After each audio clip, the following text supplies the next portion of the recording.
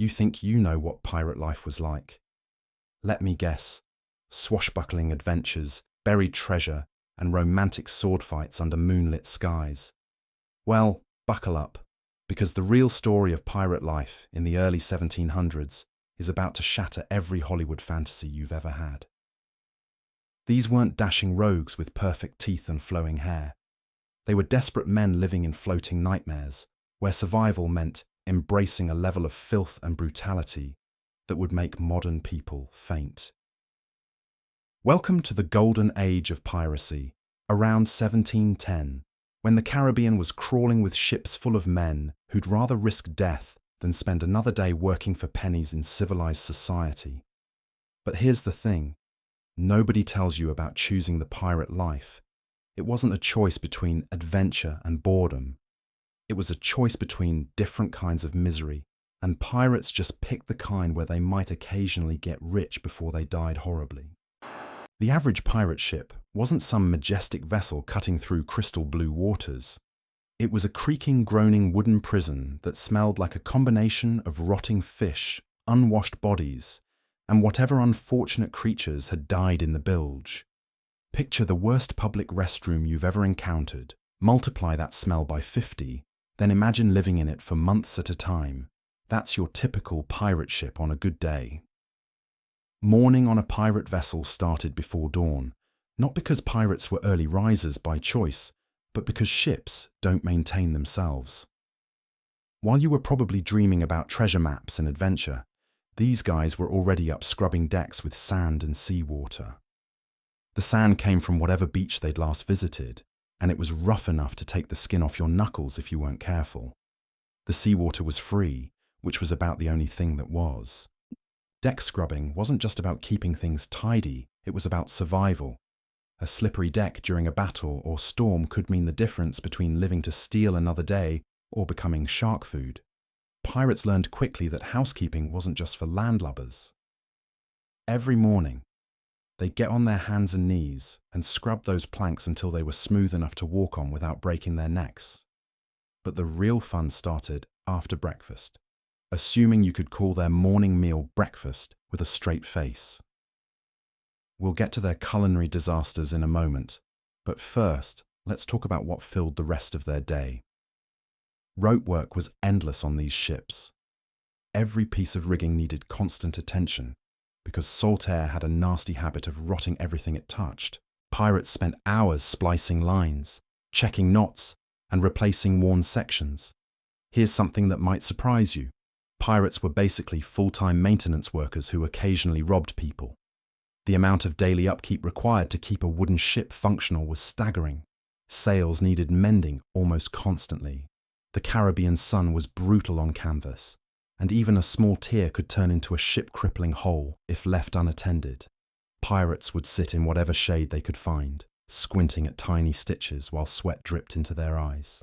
The mending process was like trying to sew a bedsheet while riding a mechanical bull.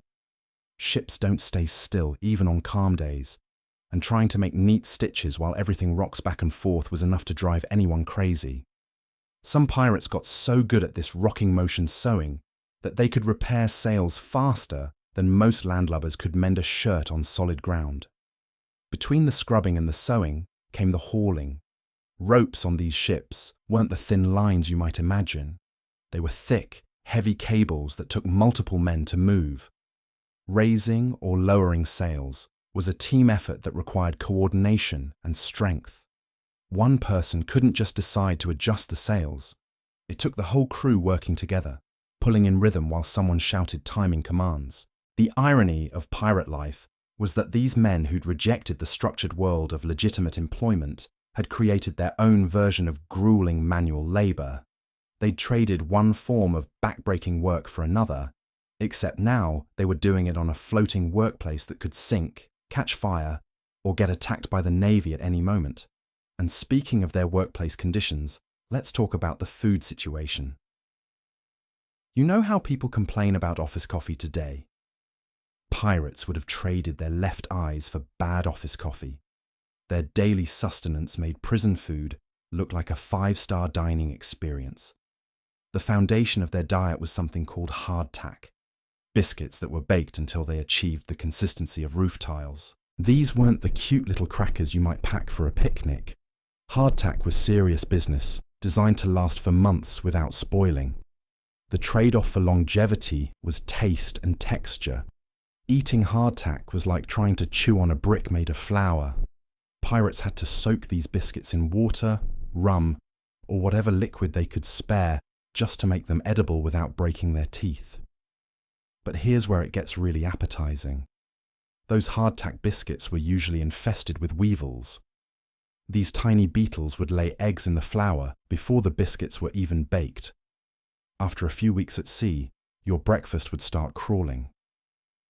Pirates developed the charming habit of tapping their hardtack on the table before eating it, waiting for the bugs to crawl out. The old saying went that if nothing crawled out when you tapped it, the biscuit was too far gone to eat. The meat situation wasn't much better. Salt pork and salt beef were the protein staples. And when I say salted, I mean preserved in enough salt to de-ice a highway. This wasn't a light seasoning. It was a preservation technique that involved packing meat in barrels with so much salt that the meat became almost mummified. After months at sea, this salted meat would be harder than the hardtack and about as appetizing as leather boots.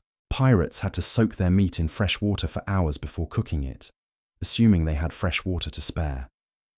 Even after soaking, the salt content was so high that eating it was like licking the Dead Sea. One pirate's journal from 1714 described their daily meat ration as resembling shoe leather and tasting like the ocean floor. Fresh water was another nightmare entirely. Ships carried water in wooden barrels, and within weeks, that water would turn into something that looked like green soup. Algae would bloom in the barrels, creating a slimy mess that was barely drinkable. The water would develop its own ecosystem. Tiny creatures would start swimming around in it, making every sip a potential source of protein whether you wanted it or not. That's where rum came in. Pirates didn't drink rum just because they enjoyed being drunk all the time, though that was certainly a perk. Rum was safer than water because the alcohol content killed some of the nasty things growing in their drinking supply. They'd mix rum with their questionable water to make it somewhat less likely to kill them. This mixture was called grog, and it was about as close to a health drink as pirates ever got. The daily rum ration wasn't optional. It was a survival necessity. Each pirate received roughly half a pint of rum per day, mixed with water to make it last longer and reduce the chances of everyone being completely drunk during emergencies. Though judging by some of the decisions recorded in pirate logs, the line between emergency preparedness and permanent intoxication was pretty blurry. Living in these conditions for months at a time meant that basic hygiene became a distant memory. Fresh water was too precious to waste on washing bodies when it was needed for drinking and cooking. Most pirates went weeks or even months without bathing, which in the tropical heat of the Caribbean created a special kind of aromatic hell. The smell aboard a pirate ship wasn't just unpleasant. It was a physical assault on your senses that could make grown men gag from 50 yards away. Imagine the worst locker room you've ever encountered, then add rotting food, stagnant bilge water, and the sweet aroma of men who considered soap a luxury item they couldn't afford. Pirates developed what they called sea nose, which was basically their sense of smell giving up and going on permanent vacation. Clothing was another adventure in creative problem solving. Most pirates owned exactly one set of clothes, which they wore until those clothes either fell apart or achieved a level of filth that defied description. Washing clothes meant using precious fresh water or trying to clean them with salt water, which left everything feeling crusty and uncomfortable. Some pirates would just throw their clothes overboard when they became too disgusting and steal new ones during their next raid. The tropical heat made everything worse. The Caribbean sun would turn the deck into a griddle, and below deck was like being trapped inside a wooden oven. Pirates would sweat through their already questionable clothing, creating layers of salt stains that turned their shirts into something resembling abstract art. The lucky ones might find shade under the sails, but even that relief came with the constant risk of getting smacked in the head by rigging during sudden wind changes. Sleep was another daily challenge that would make modern insomniacs weep with sympathy. Pirates slept in hammocks strung between the ship's beams, packed together like sardines in a can. Privacy was a concept that didn't exist. You were lucky if you had 18 inches between you and the next snoring, farting pirate. The hammock swayed with every movement of the ship, which sounds romantic until you realize it means you never got a moment of truly restful sleep.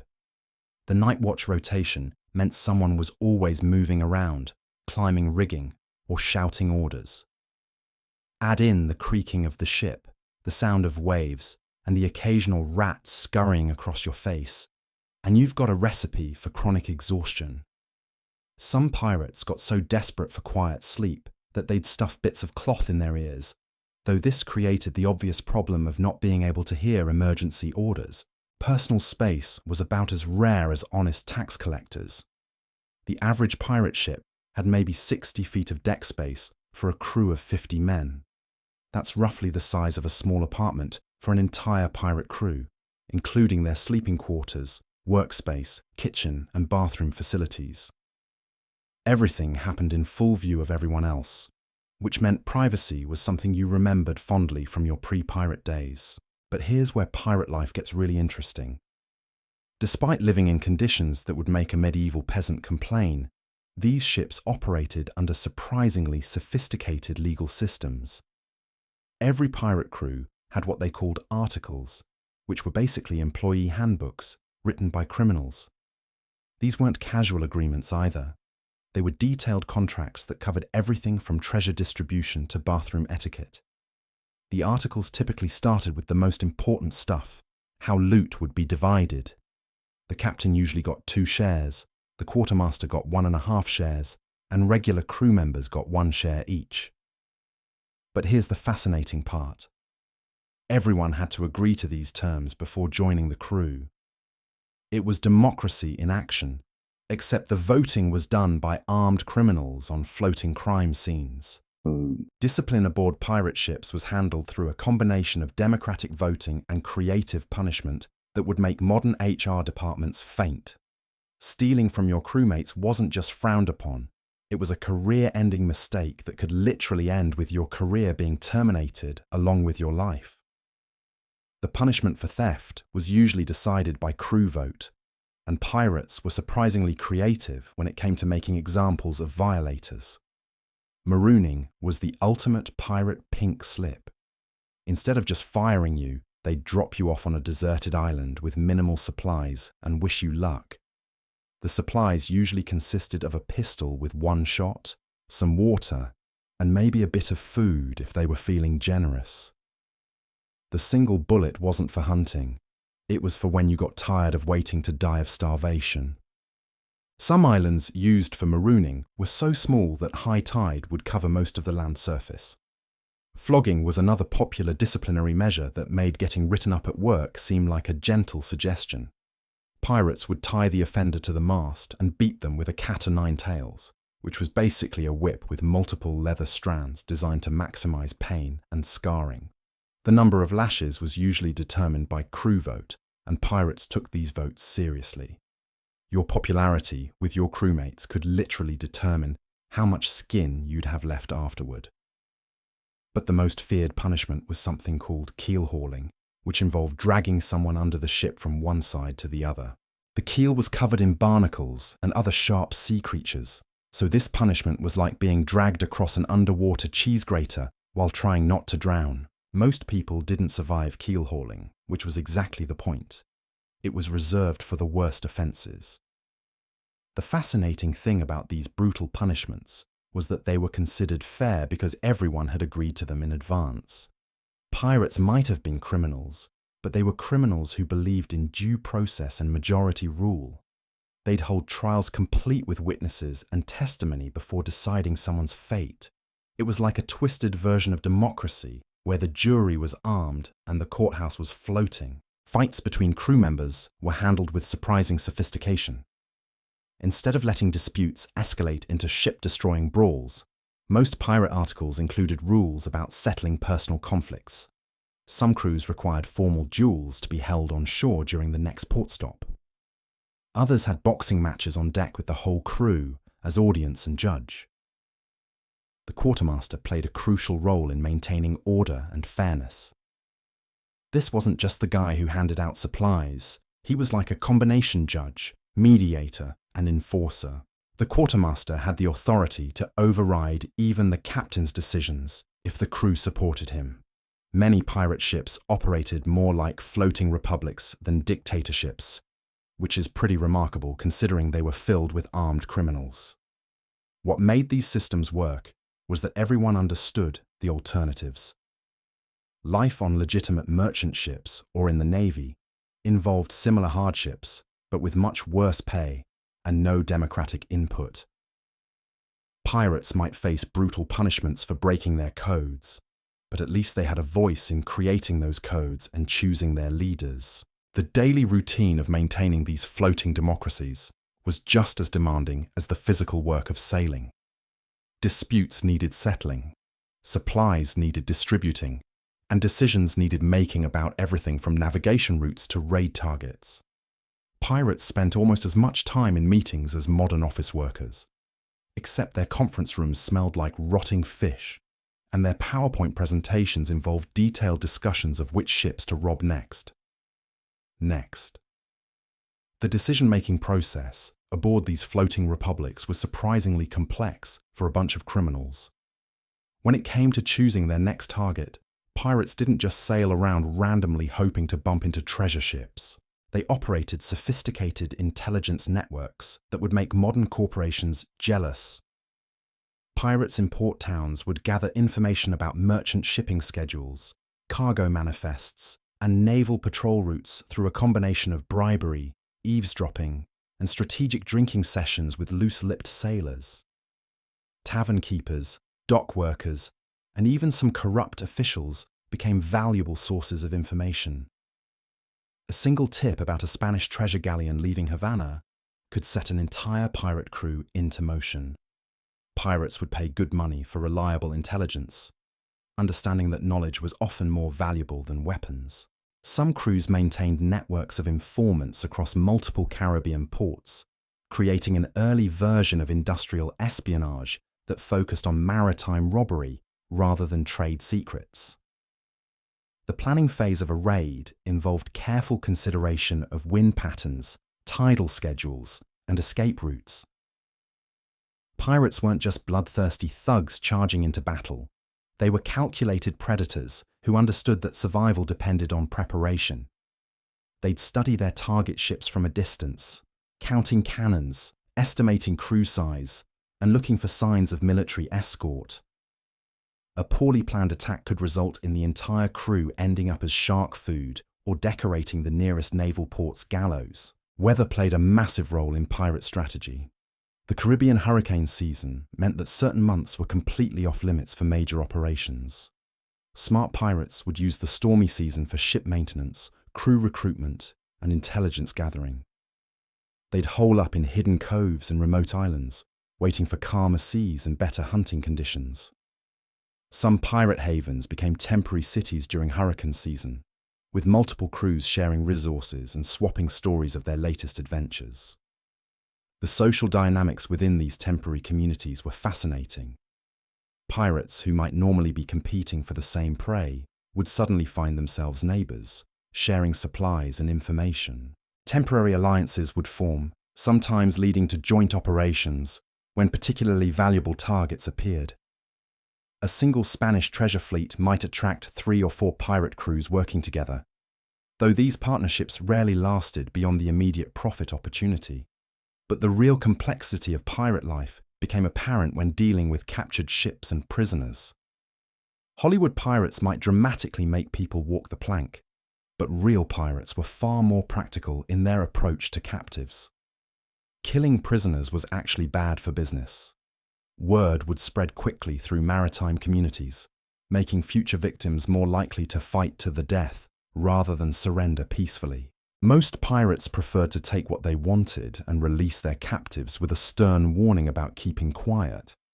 Some even gave captured crews a portion of food and water to ensure they'd reach the next port safely. This wasn't kindness. It was calculated business strategy. Living witnesses could spread the word that surrendering to these particular pirates meant survival, while fighting meant death. Fear was a more effective weapon than any cannon. The treatment of captured crew members often depended on their skills and willingness to join the pirate crew. Experienced sailors, carpenters, surgeons, and navigators were valuable assets that pirates desperately needed. Many pirate crews grew through voluntary recruitment of captured sailors who decided that pirate life offered better prospects than continuing to work for merchant companies or naval forces. The recruitment pitch was usually pretty straightforward. Better food, better pay, more freedom, and a voice in decision-making. Some captures turned into bizarre job interviews conducted at sword point. Pirates would question captured sailors about their skills, experience, and willingness to embrace the pirate lifestyle. Skilled craftsmen might find themselves with immediate job offers, while less useful captives would be released with their ships. The most valuable prisoners were sometimes kept temporarily to teach specific skills to the pirate crew before being given the choice to join permanently or leave. Navigation was one skill that pirates desperately needed but rarely possessed in abundance. Most pirates were former merchant sailors or naval deserters who knew how to work a ship but couldn't necessarily plot a course across hundreds of miles of open ocean. Captured navigators often found themselves in the awkward position of being both prisoner and essential employee.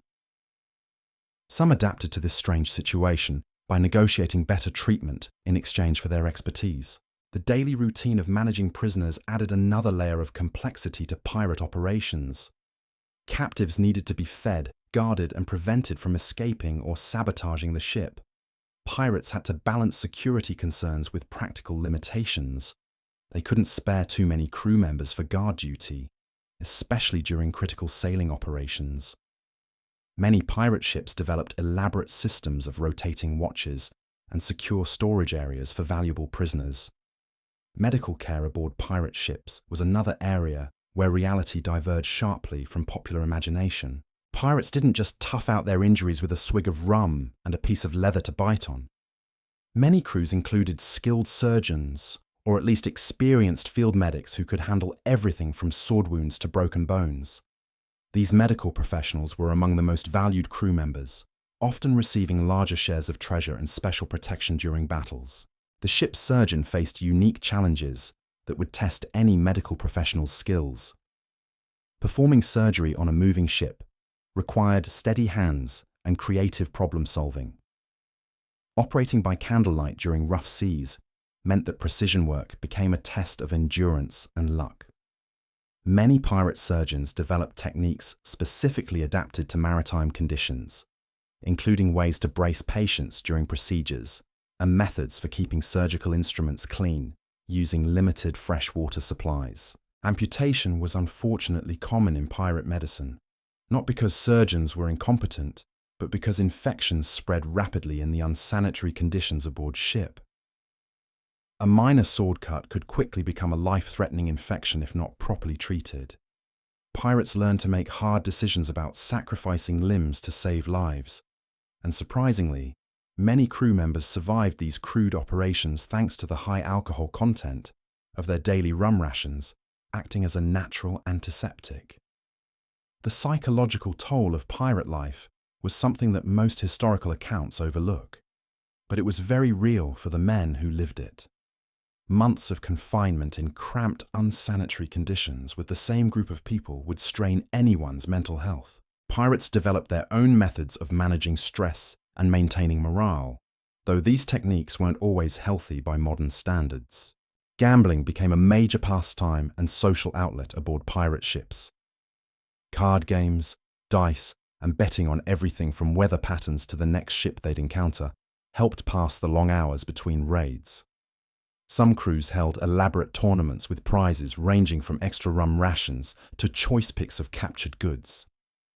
These games served as entertainment, social bonding, and a way to redistribute wealth among crew members without violating the official treasure-sharing agreements. Storytelling was another crucial element of pirate social life. Experienced pirates would regale newer crew members with tales of their greatest raids, closest escapes, and most memorable adventures. These stories served multiple purposes: entertainment, education, and a way of preserving the crew's history and traditions. Some pirates became legendary storytellers whose tales would be repeated and embellished across multiple ships and generations of sailors.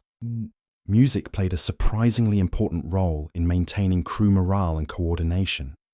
Sea shanties weren't just fun songs, they were working tools that helped coordinate complex sailing operations.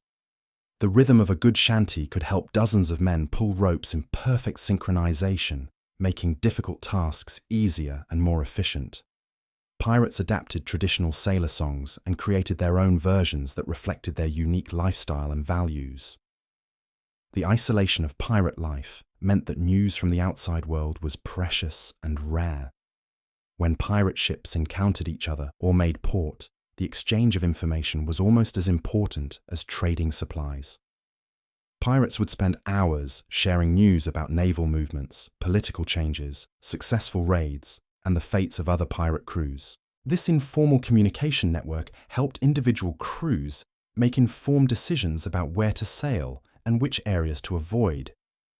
The constant threat of capture or death meant that pirates developed a peculiar relationship with material possessions. Unlike people on land who could accumulate belongings over time, pirates had to keep their personal items to an absolute minimum. Everything you owned had to fit in a small sea chest or bag, and it had to be portable enough to grab quickly if you needed to abandon ship. This forced minimalism created some interesting priorities. A good knife was worth more than fancy clothes, and practical items always trumped decorative ones. Personal hygiene items were luxury goods that most pirates simply couldn't afford to carry. A decent razor might cost more than a week's worth of food, and soap was about as common as honest politicians. Some pirates would go months without shaving, leading to the wild, unkempt appearance that became part of their fearsome reputation. The irony is that looking scary wasn't always intentional. Sometimes it was just the natural result of having no access to basic grooming supplies. Clothing presented its own unique challenges in the pirate world. The tropical Caribbean climate was brutal on fabric, and the constant exposure to salt water meant that clothes deteriorated faster than a politician's promises during election season. Pirates learned to patch and mend their garments with whatever materials they could find, creating outfits that looked like they'd been assembled by a blind person during an earthquake. Leather was particularly valuable because it lasted longer than cloth, but it also became incredibly uncomfortable in the heat and humidity. The most successful pirates learned to think of their clothes as disposable items rather than permanent possessions. They'd wear something until it literally fell apart, then replace it with whatever they could steal or trade for during their next raid. This approach meant that pirate fashion was less about style and more about functionality. Clothes needed to be sturdy enough for manual labor, but light enough to not cause heat stroke in the tropical sun. Footwear was another constant headache for pirates.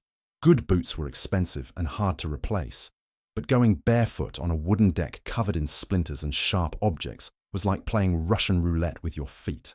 Many pirates developed thick calluses that acted as natural shoes, while others wrapped their feet in whatever cloth they could spare.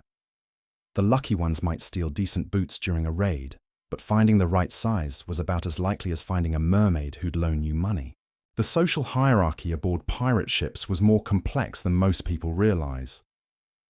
While pirates prided themselves on democratic decision-making, there was still a clear pecking order based on experience, skills, and personality. New crew members started at the bottom and had to prove themselves through competence and loyalty before gaining respect and better treatment. This wasn't just about ego. Your position in the crew hierarchy could determine everything from your sleeping location to your share of the best food. Experienced pirates developed their own informal mentorship systems, teaching newcomers the skills they'd need to survive. These weren't formal training programs, but rather practical education delivered through hands-on experience and harsh correction when mistakes were made. Learning to splice rope properly might seem like a minor skill, but getting it wrong during a storm could kill everyone on board. The teaching methods were often brutal by modern standards, but they were effective at creating competent sailors quickly. The concept of privacy that modern people take for granted simply didn't exist in pirate society. Every conversation could be overheard, every personal habit was on display, and every weakness or strength became common knowledge within days. This forced intimacy created intense bonds between crew members, but also led to conflicts that could explode into violence without warning. Pirates had to develop thick skins and diplomatic skills just to survive the social pressure of living in such close quarters. Personal relationships among pirates were complicated by the constant threat of betrayal. Trust was a precious commodity that had to be earned through repeated demonstrations of loyalty. Pirates who developed reputations for reliability and competence found themselves with better opportunities and more respect, while those who proved untrustworthy might find themselves abandoned at the next port or worse. The stakes were too high for casual friendships. Every relationship was essentially a business partnership that could mean the difference between life and death. Romance was another area where pirate life diverged sharply from popular fiction. Long months at sea with no contact with potential partners meant that pirates often formed intense emotional connections with people they encountered during brief port visits. These relationships were usually doomed by the nature of pirate life. You couldn't exactly bring someone home to meet your crew when your home was a floating crime scene, and your job involved armed robbery. Some pirates maintained long-distance relationships with people in port towns, but these arrangements were complicated by the unpredictable nature of pirate schedules and the constant risk that your next raid might be your last. A pirate might promise to return in 3 months and then find himself on the other side of the Caribbean chasing a Spanish treasure ship. Communication was limited to whatever messages could be passed through other sailors, creating relationships based more on hope and memory than actual contact. The economic reality of pirate life was far more precarious than most people understand. While successful raids could bring in substantial wealth, the expenses of maintaining a ship and crew meant that money disappeared almost as quickly as it arrived. Food, water, weapons, ammunition, ship repairs, and medical supplies all cost money, and these expenses continued whether the crew was successful or not. A pirate who seemed wealthy after a good raid might be broke again within weeks if they hit a string of bad luck. Pirates had to become experts at managing their finances across unpredictable income cycles. Smart pirates would set aside portions of their treasure shares for lean times, but the temptation to spend money on immediate pleasures during port visits was enormous. After months of hardship at sea, the opportunity to enjoy good food, decent alcohol, and comfortable accommodations was often too appealing to resist. This led to boom and bust cycles where pirates would alternate between relative wealth and desperate poverty. The gambling culture aboard pirate ships reflected this feast or famine economic reality. Pirates would bet their treasure shares on card games and dice, sometimes winning or losing months of earnings in a single night. These high-stakes games served as entertainment, but also as a way of redistributing wealth among the crew. A pirate who lost heavily in gambling might find himself working for subsistence, while his luckier crewmates enjoyed the fruits of his misfortune. Equipment maintenance was another constant drain on pirate resources and time. Weapons needed regular cleaning and sharpening to prevent rust and maintain effectiveness.